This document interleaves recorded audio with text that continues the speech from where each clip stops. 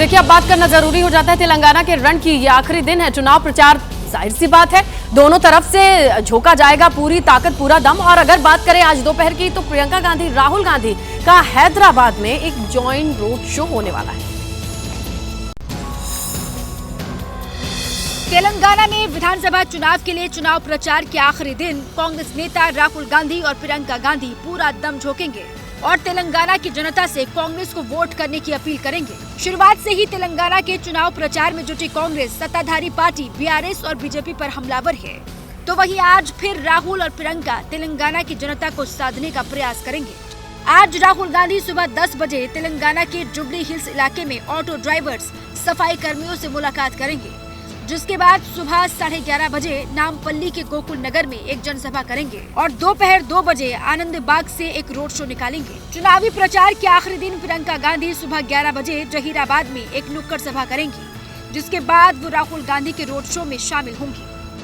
कांग्रेस के लिए तेलंगाना चुनाव किसी चुनौती से कम नहीं है। एक तरफ सत्ताधारी पार्टी बीआरएस दोबारा सरकार बनाने का दावा कर रही है, तो वहीं बीजेपी ने तेलंगाना में पूरी ताकत लगा दी है।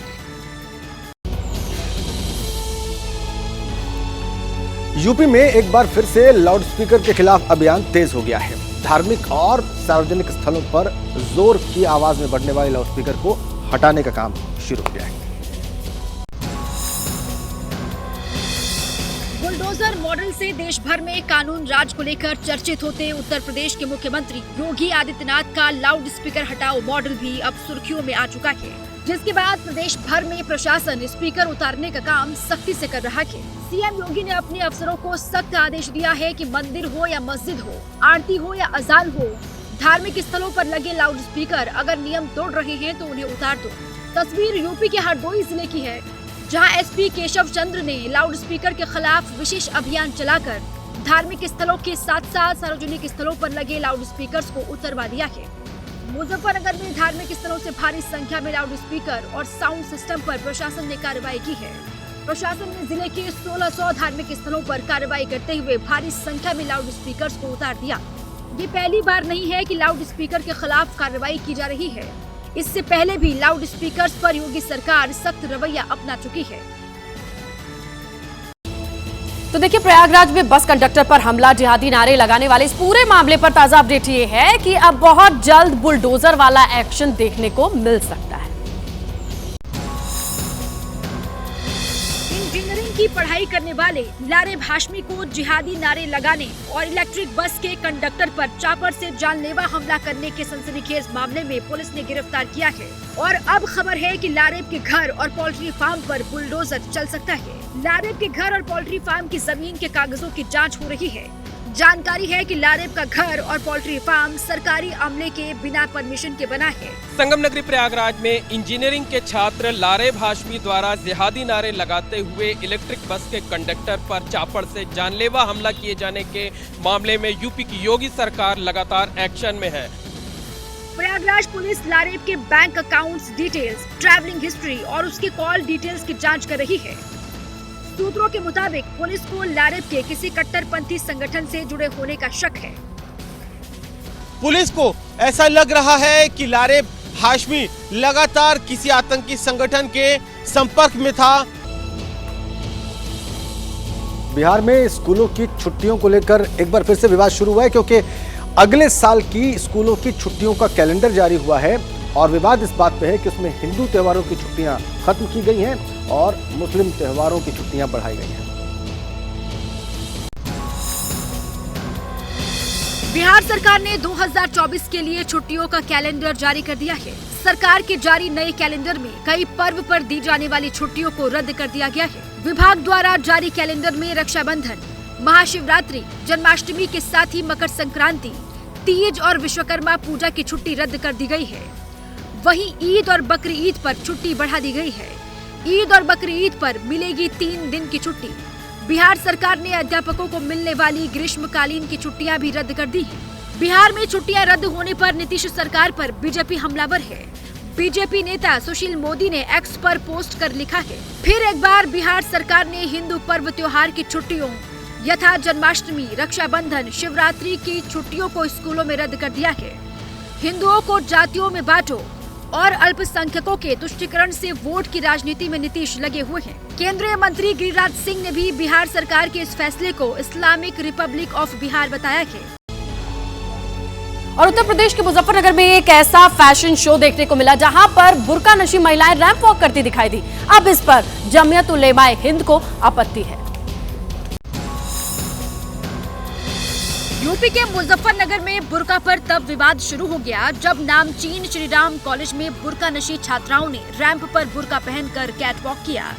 कॉलेज में चल रहे फैशन शो में छात्राओं के बुर्का पहनने का कड़ा विरोध हो रहा है। शो के अंतिम दिन कुछ छात्राओं ने बुर्का पहनकर रैंप पर कैटवॉक किया था। इसका वीडियो सोशल मीडिया पर वायरल हो गया।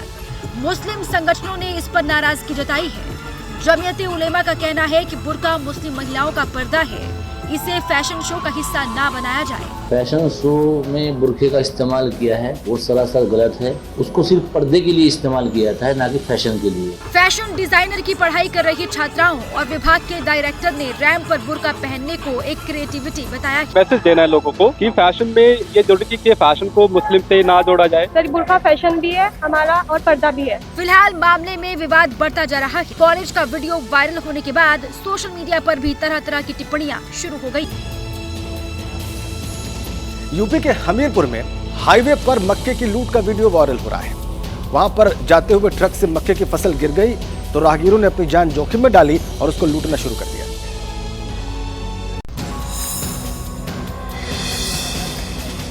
तस्वीरें यूपी के नेशनल हाईवे की हैं, जहां चलती सड़क पर मक्के की लूट मची हुई है। सड़क पर दोनों तरफ से वाहन निकल रहे हैं, लेकिन जान की परवाह किए बगैर मक्का लूटने की होड़ मची हुई है। मामला यूपी के हमीरपुर का है, जहां एआरटीओ की कार्रवाई के बाद सड़क पर लूट मच गई। मक्के के भरे ट्रक को जब चेकिंग के लिए एआरटीओ ने लक्ष्मीबाई तिराहे पर रोका तो ट्रक चालक ने ब्रेक की जगह स्पीड ही बढ़ा दी। तभी ट्रक में लदे मक्के के करीब 1 दर्जन बोरे ट्रक से गिर गए और मक्का सड़क पर बिखर गया। कुछ दूर जाकर ट्रक चालक ने नुकसान देखकर ट्रक को रोका तो मौके पर एआरटीओ ने ट्रक चालक को पकड़कर कार्रवाई शुरू कर दी। लेकिन ठीक कुछ ही दूरी पर चलती सड़क पर लूट मची थी, जिसे देखो मक्का बटोरने में जुटा हुआ था। तेज रफ्तार से चल रही गाड़ियों की परवाह किए बिना लोग मक्का लूटने में जुटे रहे। मक्का लूटने का वीडियो सोशल मीडिया पर जमकर वायरल हो रहा है। तो देखिए आज शाम 7 बजे T20 उस मैच पर नजर रहेगी जिसमें इंडिया और ऑस्ट्रेलिया के बीच मुकाबला होगा। आपको बताएं इंडिया ने 2 मैचेस में जीत दर्ज की है। अब इस मैच पर निगाह टिकी है।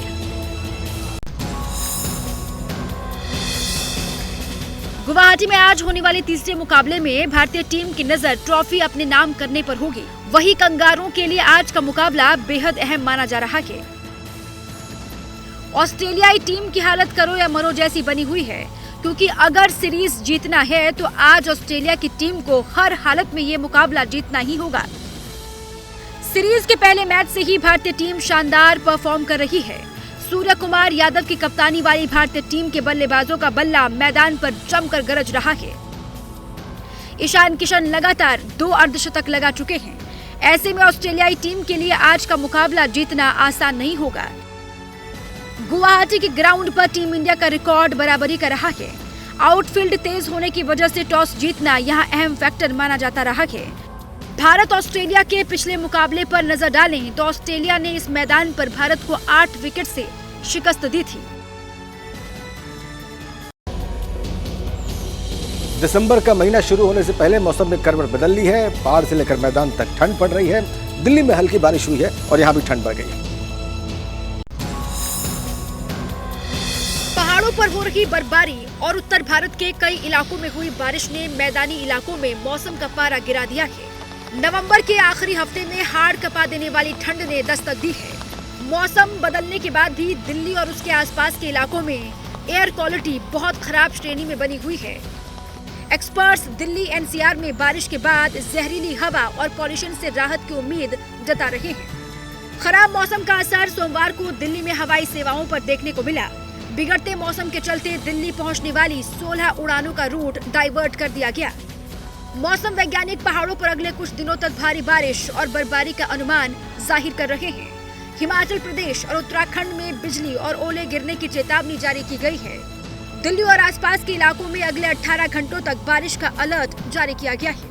उत्तराखंड के लिए, हिमाचल के लिए हम लोग वार्निंग दे रहे हैं कि ओले गिर सकता है, लाइटनिंग थंडरस्टॉर्म होगा। दिल्ली का जहां इम्पैक्ट है, दिल्ली में क्लाउडिंग मेनली रहा। धन्यवाद आयुषी। एक बड़ी खबर है, आप सबको मालूम है कि उत्तरकाशी की टनल में फंसे 41 मजदूरों को निकालने के लिए लगातार रेस्क्यू ऑपरेशन चल रहा है। आज उसका 17वां दिन है और लगातार प्रयास किए जा रहे हैं। 24 घंटे में रेस्क्यू पूरा होने की उम्मीद है। ये बड़ी खबर और ये अच्छी खबर, ये पॉजिटिव अपडेट इस वक्त का। हॉरिजॉन्टल और वर्टिकल ड्रिलिंग का काम जारी है। उम्मीद है कि 24 घंटे में रेस्क्यू ऑपरेशन पूरा हो जाएगा। 50 मीटर से ज्यादा ड्रिलिंग, वर्टिकल ड्रिलिंग पूरी हो चुकी है और जो हॉरिजॉन्टल ड्रिलिंग चल रही है, मैन्युअली चल रही है, उसमें अब सिर्फ 7 से 8 मीटर की ड्रिलिंग बाकी है।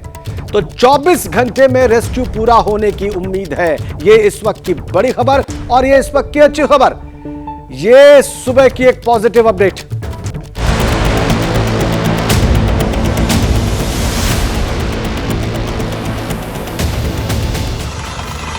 वर्टिकल ड्रिलिंग हो रही है, रेड माइनिंग हो रही है, पूजा पाठ हो रहा है। 16 दिन से सिलक्यारा सुरंग में फंसे मजदूरों को निकालने के लिए चल रहे अभियान का सार यही है।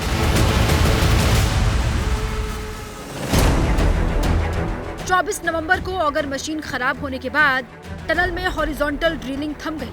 16वें दिन आखिरकार सुरंग में फंसी ऑगर मशीन के खराब पार्ट्स को बाहर तो निकाल लिया गया, लेकिन अब तक ड्रिल की गई पाइप के 1.9 मीटर हिस्से को भी काटना पड़ा। ऑगर मशीन के ब्लेड में फंसकर पाइप का ये हिस्सा डैमेज हो गया था। उसके बाद 0.9 मीटर पाइप को अंदर पुश किया गया, यानी टनल के अंदर अभी भी 12 मीटर से ज्यादा हॉरिजॉन्टल ड्रिलिंग बाकी है।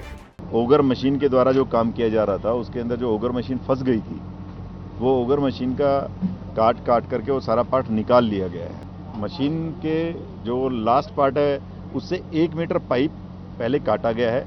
0.9 मीटर पाइप और काट करके उसका एक प्रोविजन रखा गया है। रास्ता साफ होने के बाद सुरंग में मैनुअल ड्रिलिंग शुरू हो गई है।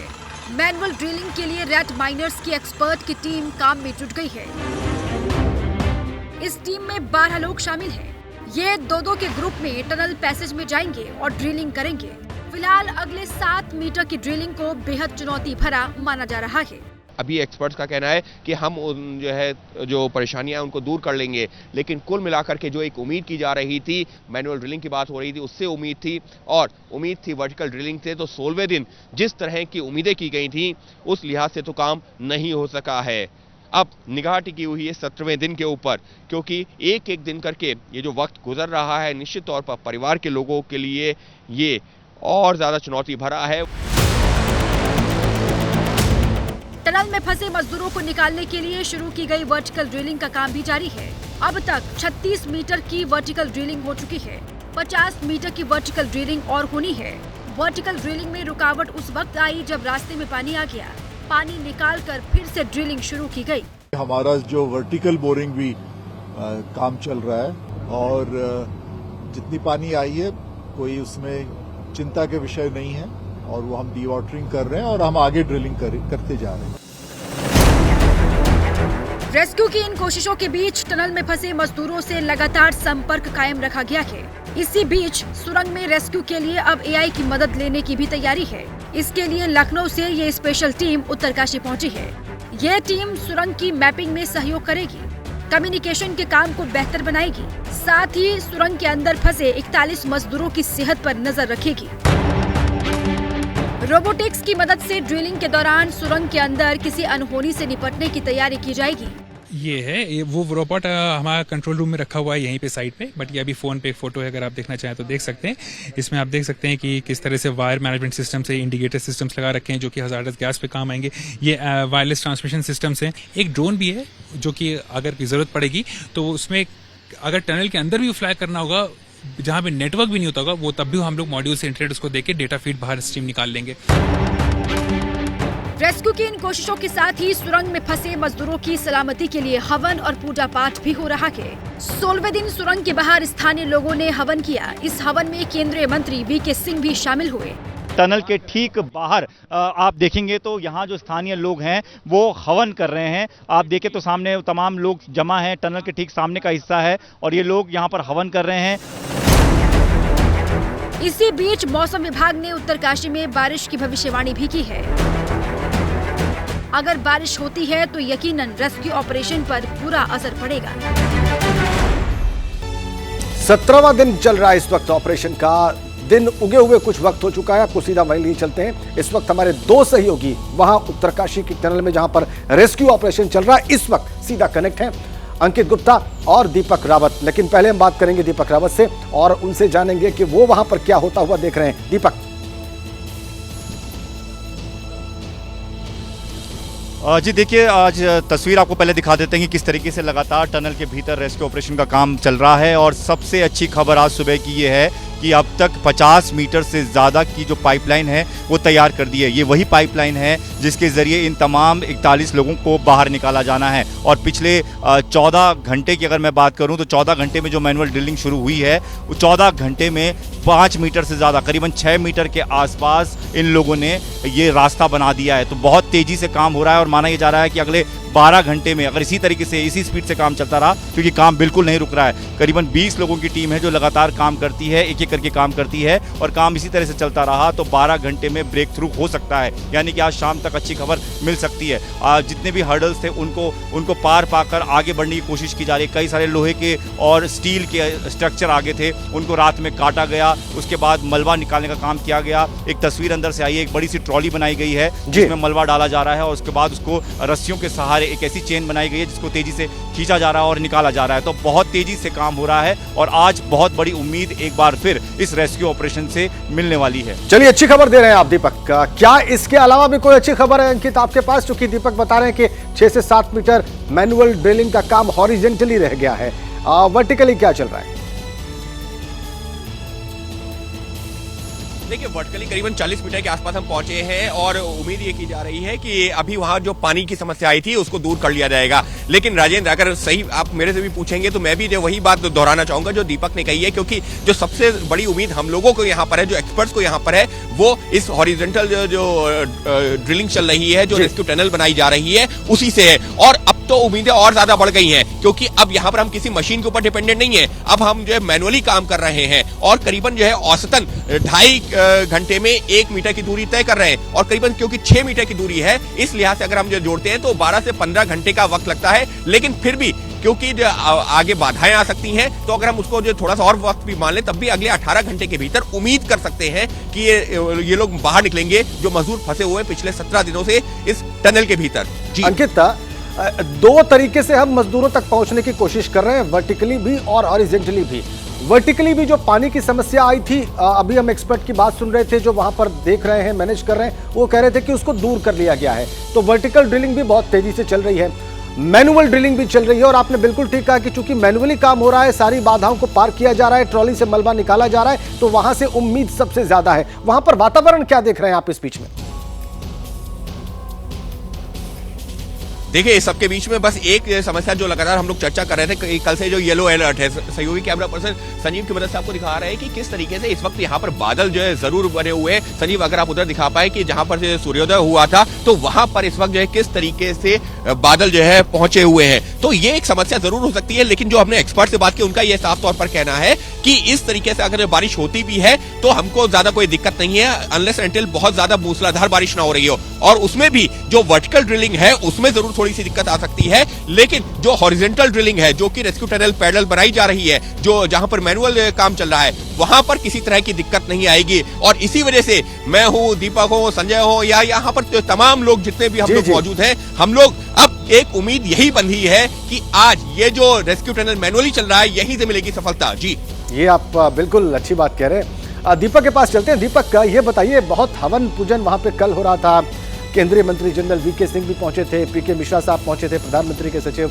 और सब वहां पर जाके उन्होंने मजदूरों से बात की। एक पॉजिटिविटी देखी गई, एक पॉजिटिविटी खड़ा करने की कोशिश की गई। क्या आज भी सुबह से ऐसा कुछ हो रहा है? देखिए राजेंद्र, हर दिन जिस दिन भी टनल के भीतर जो तमाम रेस्क्यू से जुड़े अधिकारी हैं, कर्मचारी जाते हैं, तो मंदिर में हाथ जोड़ के जाते हैं, नमन करके जाते हैं। विदेशी एक्सपर्ट भी जब अंदर जाते हैं तो या सामने बाबा बौगनाथ का जो मंदिर है वहाँ पर हाथ जोड़कर जाते हैं। तो आस्था भी कहीं ना कहीं इस पे काम कर रही है, भगवान से भी प्रार्थना की जा रही है, हर तरफ से दुआएं की जा रही हैं। कल हवन भी यहाँ पर किया गया, स्थानीय लोग तमाम यहाँ पर पहुँचे थे। और जो एक मान्यता है गाँव वालों की, और उत्तराखंड के इलाके में अगर आप रह रहे हैं और उत्तराखंड में पहाड़ी लोगों की बात की जाए तो वो इन सब चीज़ों में बहुत विश्वास करते हैं। उनका ये मानना है कि जो बौगनाथ का मंदिर हटाया गया था उसके बाद से ये अड़चने आई, और अब जब मंदिर स्थापित करने की बात की जा रही है और एक छोटा मंदिर स्थापित कर भी दिया है तो कहीं ना कहीं भगवान से भी मदद मिलेगी। लेकिन सबसे ज्यादा उम्मीद इस वक्त उन लोगों से है जो मैनुअल ड्रिलिंग कर रहे हैं, बहुत तेजी से काम कर रहे हैं, दिन रात काम कर रहे हैं, बिना रुके बिना थके काम कर रहे हैं। चलिए, मंदिर भी फिर से स्थापित होने की बात हो रही है, हवन पूजन भी हो रहा है, जो स्थानीय लोग हैं उनका विश्वास भी वापस लौट रहा है, और इस बीच में मैनुअल ड्रिलिंग का काम भी बहुत तेजी से आगे बढ़ रहा है। 6 से 7 मीटर का फासला रह गया है। आप दोनों का बहुत धन्यवाद। बात करना होगा तेलंगाना के रण की। देखिए, प्रचार आखिरी दौर में है। आज की बात करें तो बीजेपी की ओर से तो नहीं, लेकिन हाँ, कांग्रेस की ओर से राहुल गांधी, प्रियंका गांधी एक जॉइंट रोड शो में जरूर नजर आएंगे। हालांकि अगर आप बीजेपी की बात करते हैं तो कल का पूरा दिन प्रधानमंत्री नरेंद्र मोदी की तस्वीरें आई, किस तरीके से उन्होंने प्रचार अभियान को धार दी, ये सभी ने देखा। लेकिन निगाहें आज रहेंगी कांग्रेस की ओर से इस जॉइंट रोड शो पर।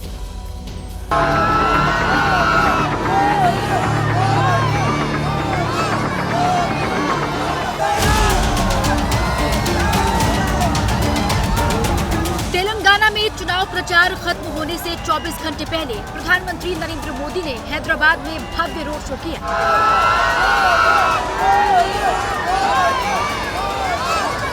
रोड शो के दौरान प्रधानमंत्री मोदी का स्वागत करने के लिए करीब 15 से ज्यादा महिलाओं ने अपने सिर पर गागर और ऊपर दीपक जला रखा था।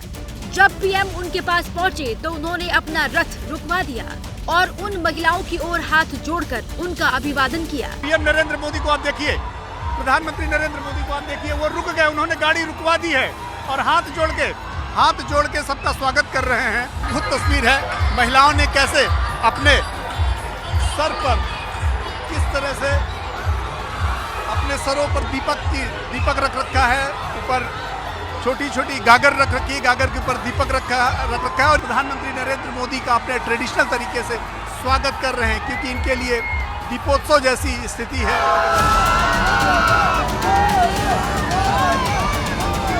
हैदराबाद की रोड शो के अलावा पीएम मोदी ने तेलंगाना में 2 रैलियां भी की। महबूबाबाद और करीमनगर की रैली से पीएम मोदी ने महबूबाबाद की 12, करीमनगर की 13 और हैदराबाद की 24 सीटों को साधने की कोशिश की। करीमनगर की अपनी आखिरी रैली में पीएम मोदी ने भरोसा जताया कि तेलंगाना में बीजेपी की सरकार आ रही है। यहाँ बदलाव निश्चित है। लोगों ने ये भी तय किया है, बीआरएस को भगाएंगे, कांग्रेस को आने नहीं देंगे। कांग्रेस को वोट देने का मतलब है कि केसीआर को दोबारा लाने का रास्ता खोल देना। जब कोई भ्रष्टाचार का नाम लेता है, परिवारवाद का नाम लेता है, तो तुरंत आपको कौन दिखाई देता है? बीआरएस दिखती है या तो कांग्रेस दिखती है या तो दोनों दिखते हैं। लेकिन कांग्रेस कह रही है कि मोदी केसीआर के दोस्त हैं और उनके साथ मिलकर लड़ रहे हैं। वो खुद ही उनके दोस्त हैं और उन्हीं से उन्होंने बीआरएस अब तक चुप बैठी और हर बिल में बीआरएस सपोर्ट करी उनको करके उन्होंने ये सबूत दिया कि हम लॉयल है बीजेपी के साथ। बीजेपी, कांग्रेस और बीआरएस की त्रिकोणीय लड़ाई के बीच एआईएमआईएम प्रमुख असदुद्दीन ओवैसी अपने तकरीरों में किसी भी पार्टी को छोड़ नहीं रहे। हमारे कुछ छेड़े तो हम किसी माई का लाल को नहीं छोड़ते, याद रखो। अगर मोदी आएंगे, राहुल आएंगे, कोई भी आएगा, योगी आएंगे, मेरे घर पे आके दस्तक दिए तो फिर दस्तक का जवाब धमाके से होगा। तेलंगाना में विधानसभा चुनाव के लिए चुनाव प्रचार के आखिरी दिन कांग्रेस नेता राहुल गांधी और प्रियंका गांधी पूरा दम झोंके हैं। आज दोपहर 2 बजे से राहुल और प्रियंका अपना हैदराबाद में रोड शो करेंगे। कांग्रेस के लिए तेलंगाना चुनाव किसी चुनौती से कम नहीं है। एक तरफ सत्तारूढ़ पार्टी बीआरएस दोबारा सरकार बनाने का दावा कर रही है, तो वहीं बीजेपी ने भी तेलंगाना में पूरी ताकत झोंक दी है। तेलंगाना में 30 नवंबर को मतदान किए जाएंगे, जिनके नतीजे 3 दिसंबर को आएंगे।